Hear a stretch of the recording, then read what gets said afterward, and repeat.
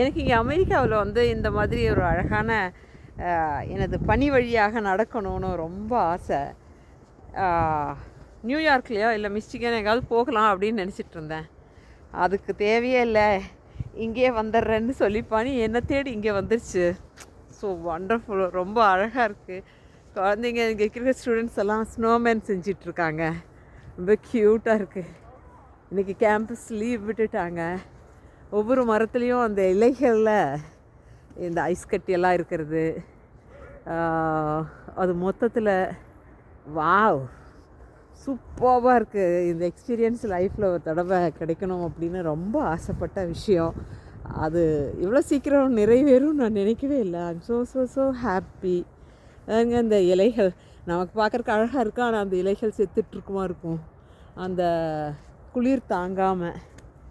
whatever it be, அது ரொம்ப அழகாக இருக்குது. அந்த மரங்கள் இலையுதிர்ந்து இங்கே இருக்கிற கவிதையே வருது.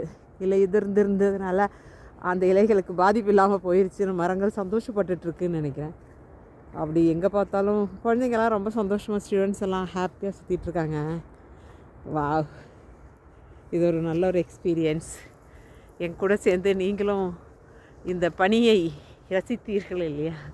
இந்த என்றைக்குமே ஐஸ் அப்படிங்கிறது மனசுக்கு ஒரு சந்தோஷத்தை தர்ற விஷயந்தான்.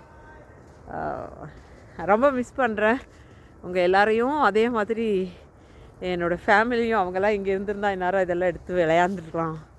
தனிமை அப்படிங்கிறது ஒரு மாதிரி தான் இருக்குது, இருந்தாலும் அதுலேயும் ஒரு தனிமையிலே இனிமைக்கான முயற்சிக்கலாம் இல்லை?